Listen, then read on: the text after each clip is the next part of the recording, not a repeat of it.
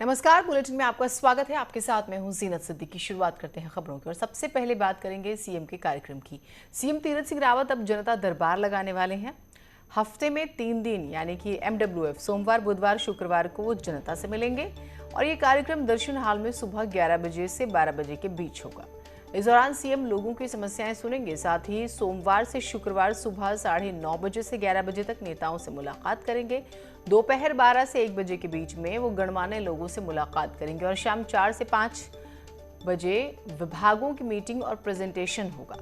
इसके अलावा सीएम तीरथ सोमवार, मंगलवार और गुरुवार को दोपहर 1 से 2 बजे के बीच विधायकों से मुलाकात करेंगे। मंगलवार और गुरुवार को 11 से 12 बजे तक का वक्त उन्होंने मीडिया के लिए रखा हुआ है। इसके अलावा महीने के पहले और तीसरे बुधवार को शाम 4 से 5:30 बजे तक कैबिनेट मीटिंग भी होगी और कई इलाकों का दौरा भी इसी बीच में वो करेंगे।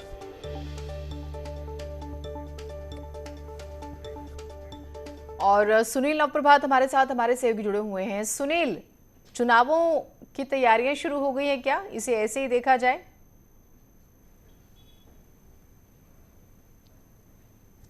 बिल्कुल जीनत, क्योंकि उत्तराखंड में चुनाव भी नज़दीक हैं और दूसरी ओर अगर आप देखें तो मुख्यमंत्री तीरथ सिंह रावत ने जब 10 मार्च को सत्ता संभाली थी तो इसके कुछ दिन बाद ही कोविड की सेकेंड वेव शुरू हो गई थी और इसके चलते लोगों से कम्युनिकेशन उस तरह से नहीं हो पाया जिस रफ्तार से होना चाहिए था। तो ये लगता है कि सीएम ऑफिस की अब कोशिश है कि मुख्यमंत्री का जो मिनट टू मिनट कार्यक्रम है उनके एक एक मिनट का उनके समय का सदुपयोग किया जाए और उसको अधिक से अधिक जनता से कनेक्ट किया जाए मुख्यमंत्री को। तो एक प्रोएक्टिव होकर उनकी इमेज को बिल्डअप करने का भी एक पूरा ये सिनेरियो लगता है। खासकर चुनाव नज़दीक हैं तो कोशिश ये है कि अधिक से अधिक जनता से मिला जाए और जिस तरह से जनता दरबार निर्धारित किए गए हैं, उसके बाद अधिकारियों से मिलने का अलग से कार्यक्रम किया गया है, विधायकों से मिलने का अलग से दिन निर्धारित किए गए हैं। वीकेंड पर मुख्यमंत्री का जो दौरे होंगे इधर उधर के, उनके लिए अलग से समय निर्धारित किया गया है। लेकिन जिस तरह से मिनट टू मिनट एक एक घंटे का एक कार्यक्रम निर्धारित किया गया, ये बहुत टफ है इसको प्रैक्टिकली इम्प्लीमेंट कर पाना इसका। और जिस तरह से जिन्हें हम देखते हुए कि उत्तराखंड में चाहे पूर्व मुख्यमंत्री त्रिवेंद्र रावत की सरकार रही हो तब भी बहुत बार प्रयास किए गए कि जनता दरबार लगाए जाएं। कुछ दिन लगे भी, लेकिन कुछ न कुछ ऐसा होता रहा कि वो कंटिन्यूटी में नहीं आ पाए। अब एक बार फिर से कोशिश की जा रही है कि जो जनता दरबार हैं, ताकि क्योंकि जो जनता दरबार होती है उसमें बड़ी संख्या में पब्लिक आती है, उनकी समस्याएं सुनी जाती हैं, 1-to-1 कम्युनिकेशन पब्लिक से बनता है। तो कुल मिलाकर कोशिश है, खासकर चुनाव के मद्देनज़र भी, कि अधिक से अधिक जनता तक पहुंचा जा सके, क्योंकि जनता ही आगे जाकर सरकार की नीतियों को सुनील, ये बात ठीक है, जनता तक पहुंचने की कोशिश कर रहे हैं मुख्यमंत्री, लेकिन हमने देखा कुंभ स्कैम पे वो कहते हैं कि मेरे शासन का नहीं, पहले का है, मैंने बाद में सत्ता संभाली है। हालांकि वो हैं बीजेपी से ही मुख्यमंत्री। तो मेरा जो सवाल है वो ये है कि जो अंदर मतभेद हैं उसको लेके भी तो काम करना होगा आपको। अगर आप इस तरह के स्टेटमेंट्स देते हैं, फिर पूर्व मुख्यमंत्री कुछ कहते हैं, आपस में विधायकों को लेकर जो है बहुत बेहतरीन तालमेल नजर नहीं आता, तो उस पर ज्यादा काम करने की जरूरत है।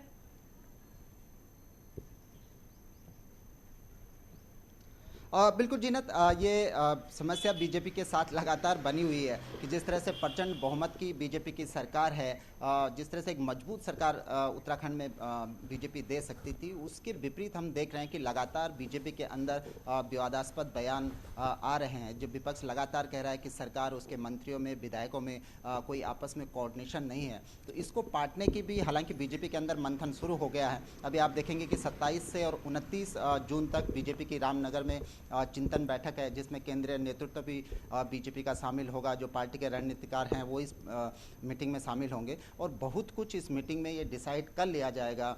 जो बीजेपी के सूत्र बताते हैं कि जो विवाद अभी तक चल रहा है, जो मंत्री अपने सिरे से बयान दे रहे हैं, जो कोऑर्डिनेशन की कमी देख रही है, इस बैठक में उसको मैनेज करने की कोशिश की जाएगी और अगले जो चुनाव तक का रोड मैप है वो इसमें तैयार कर लिया जाएगा। तो इसमें एक सख्ती के साथ मंत्रियों को हिदायत भी दी जाएगी कि वो बेवजह बयानबाजी ना करें। बिल्कुल, ये ज्यादा बेहतर भी रहेगा पार्टी के लिए। बहुत शुक्रिया आपका तमाम जानकारियों के लिए सुनील। तो कुल मिलाकर जनता के बीच में भी जाना है और अपने जो नाराज विधायक मनभेद है उन्हें भी दूर करना है। बात हरिद्वार कुंभ में हुए घोटाले की करेंगे। जो कोविड टेस्ट घोटाला हुआ है, हरिद्वार कोविड टेस्ट घोटाला, आज पेश हो सकती है आरोपी कंपनियां, जांच अधिकारी के सामने पेश हो सकती हैं कंपनियां। गिरफ्तारी पर हाईकोर्ट ने कल रोक लगा दी थी। जांच में सहयोग करने का निर्देश जरूर दिया था। एक फर्म और 2 लैब के खिलाफ केस दर्ज है। कुंभ के दौरान हुआ था कोविड टेस्ट घोटाला।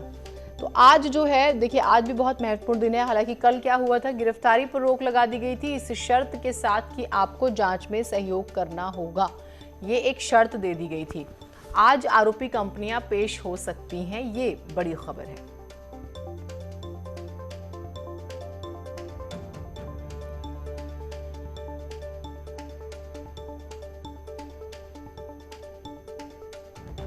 और पुलकित हमारे साथ हमारे सहयोगी जुड़े हुए हैं। पुलकित, आज का दिन कितना महत्वपूर्ण है बताइएगा। कल तो हमने सुनवाई में सुना कि ठीक है, आपको गिरफ्तार नहीं किया जाएगा, लेकिन आप जांच में सहयोग कीजिए।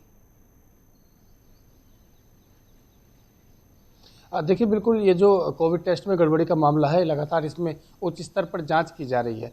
रोज हम देख रहे हैं कि शायद आज कुछ पुलिस के हाथ या जो अन्य अधिकारी इसकी जांच कर रहे हैं उनके हाथ कुछ इस तरह का नया लगेगा, लेकिन अभी तक इसकी जो जांच है वो किसी भी खास ठोस नतीजे पर नहीं पहुंच सकी है।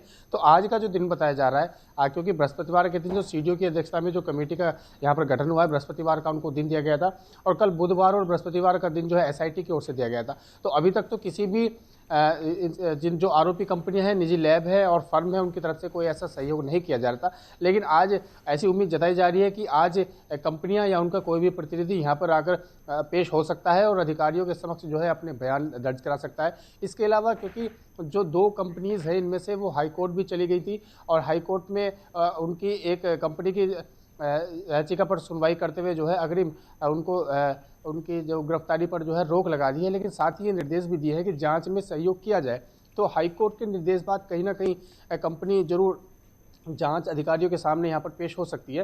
तो लगातार जो अधिकारी हैं वो इंतजार कर रहे हैं कि किसी न किसी तरह से कंपनी का कोई प्रतिनिधि आए, लेकिन अभी तक नहीं आया। आज जरूर ये जो आशा उम्मीद लगाई जा रही है, अंदेशा जताया जा रहा है कि कोई भी आज यहाँ पर कंपनी के प्रतिनिधि आ सकते हैं। तो जरूर आज दिन महत्वपूर्ण होगा। ठीक, आज इस पर हमारी नजर भी रहेगी कि कंपनी क्या कहती है, कोई अधिकारी पेश होता है नहीं। बहुत शुक्रिया आपका पुलकित, तमाम जानकारियों के लिए। हरिद्वार कुंभ में कोविड टेस्ट फर्जीवाड़ा नहीं हुआ, बल्कि ये फर्जीवाड़ा कुंभ से पहले का है। सरकार के प्रवक्ता सुबोध उनियाल के इस बयान के बाद सियासत तेज हो गई, जिसका हम जिक्र भी कर रहे थे। विपक्ष सवाल पूछ रहा है कि जब कुंभ में फर्जीवाड़ा हुआ ही नहीं तो पहले किस बात के टेस्ट करवाए गए, यही बता दीजिए।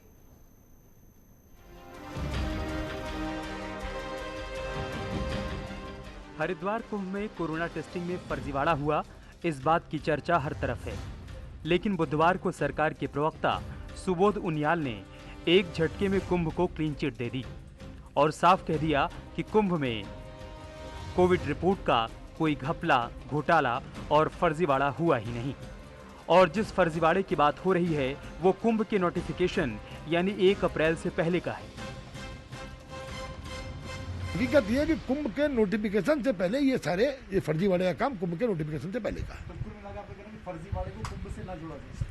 निश्चित रूप से सरकार बार बार करिए कि फर्जीवाड़े का ये निगेटिव आरटीपीसीआर गलत जो रिपोर्ट दी गई है, इसका कुंभ से कोई लेना देना।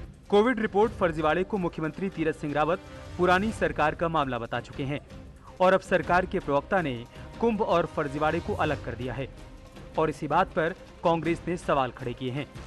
कांग्रेस नेता प्रकाश जोशी का कहना है कि अगर ऐसा है तो कुंभ से पहले हरिद्वार में टेस्टिंग के लिए कंपनियां क्यों लगवाई गई।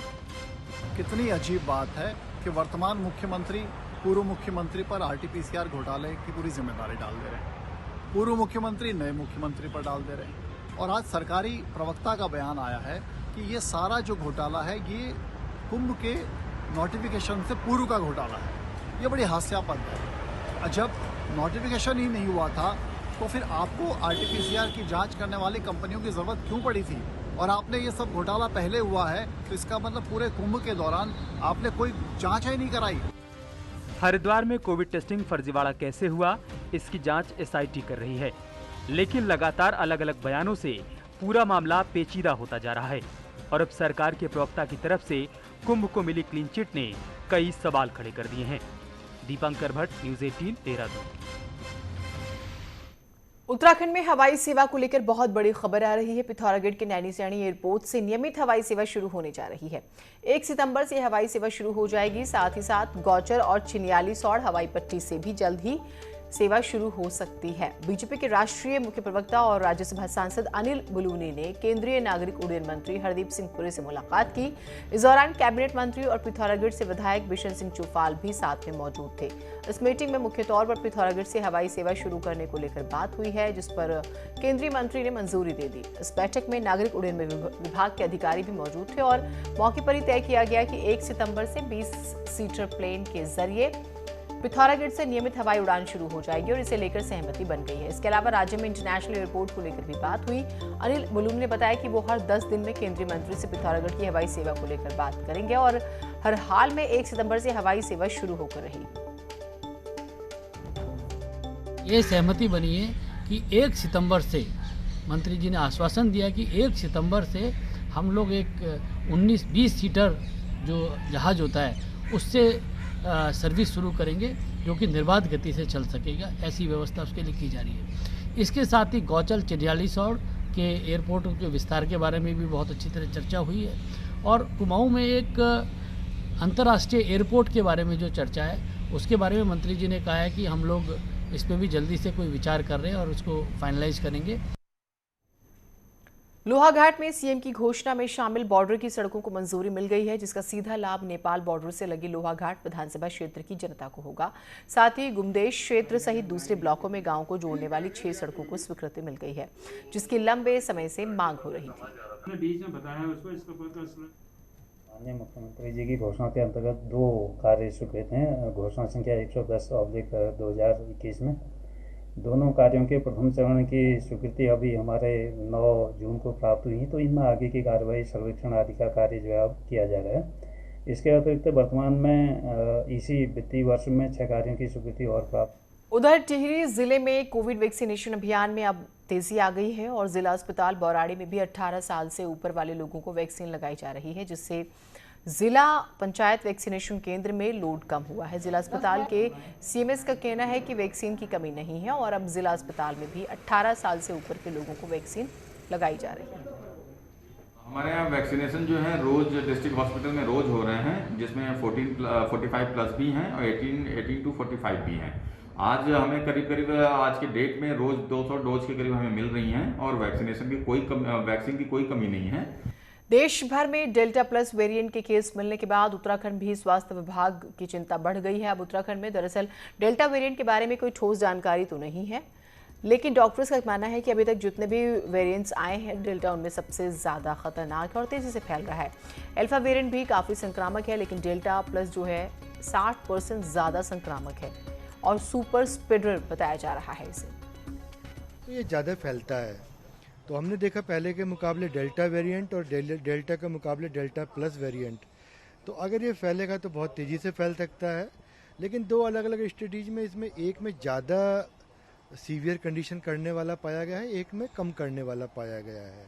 की बात हम करें, अभी हमारे सामने वो चुनौती आई नहीं है तो हम इस बारे में कुछ कह नहीं पाएंगे। लेकिन हाँ, यदि कहा जा रहा है कि आ गया और वो हम कितनी भी इम्यूनिटी अपनी बूस्ट सब करें, इम्यूनिटी नहीं करेगा तो हमें फेस करना पड़ेगा, लेकिन हमें तैयारी पूरी है हमारी। कोरोना का असर टिहरी झील मेगा प्रोजेक्ट पर भी पड़ा है, जिसकी वजह से पहले चरण का काम भी शुरू नहीं हो सका और केंद्र के मेगा प्रोजेक्ट के तहत करीब 1200 करोड़ रुपए के टिहरी झील और आसपास के इलाकों के पर्यटन की दृष्टि से विकसित किया जाना था, जिसमें सबसे पहले टिहरी झील स्थायी बोटिंग पॉइंट के पास पहाड़ी थीम पर दुकानों का निर्माण करना था। इसके लिए पर्यटन विभाग ने पीडब्ल्यूडी को 25 लाख रुपए भी दिए, लेकिन कोरोना की वजह से काम ही शुरू नहीं हुआ। जिला पर्यटन अधिकारी के मुताबिक टेंडर हो चुके हैं और जल्द ही काम शुरू होगा। उस मेगा प्रोजेक्ट के अंतर्गत हमें 13 डेस्टिनेशन 30 डिस्ट्रिक्ट में जो 50 लाख की धनराशि जिले को उपलब्ध कराई गई थी, वो जिलाधिकारी स्तर से पर्यटन मुख्यालय से अनुमति लेने के बाद पीडब्ल्यूडी निर्माण इकाई को धनराशि जारी कर दी गई है। उन्होंने निविदा फाइनल कर दिया है। चूंकि कोविड का वो था, इसलिए कार्य प्रारंभ नहीं हो पाया था। काशीपुर में पुलिस ने सेक्स रैकेट का खुलासा किया है। बताया जा रहा है कि ये रैकेट लंबे समय से चल रहा था। पुलिस ने 4 महिलाओं और 2 युवकों को गिरफ्तार किया है। वहीं कुछ आपत्तिजनक सामान भी बरामद हुआ है। मुखबिर की सूचना पर पुलिस ने ढकिया गुलाबों के घर जाकर छापा मारा, जिसमें ये सभी लोग पकड़े गए। ये अनैतिक व्यापार का धंधा होना पाया गया। उस दौरान जो है 4 महिलाएं और 2 पुरुषों की वहाँ से गिरफ्तारी की गई और उनके पास से आपत्तिजनक सामान और कुछ रुपए भी बरामद हुए हैं। उनको भी सील सर्वे किया गया है। इनको गिरफ्तार कर इनके विरुद्ध अनैतिक व्यापार निवारण अधिनियम का अभियोग पंजीकृत किया गया है, जिसके बाद स्वयं एसपी सीओ काशीपुर साहब है और इसकी विवेचना। खबरें और रहेंगी, छोटा सा ब्रेक ले रहे हैं।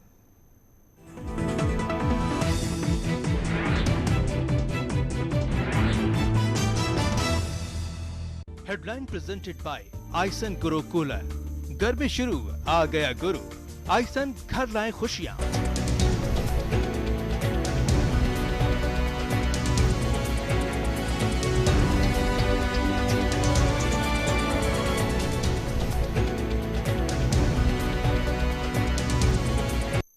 हेडलाइन प्रेजेंटेड बाय आइसन गुरु कूलर।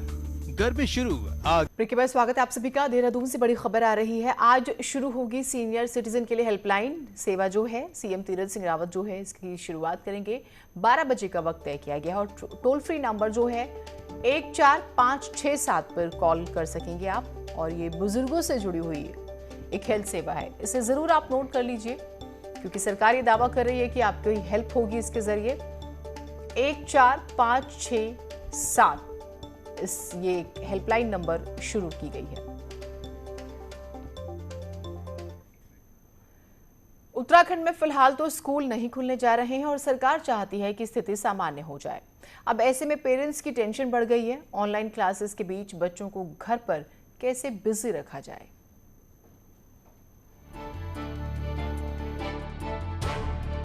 तीसरी लहर हो सकता है कि बच्चों पर इसका प्रभाव पड़े, तो इन सब चीज़ों को देखते हुए मैं ये कहूँ कि स्कूल हम बहुत जल्दी खोल देंगे, ये कहना अभी ठीक नहीं है क्योंकि बच्चों का जीवन हमारी बचाना हमारी पहली प्राथमिकता है।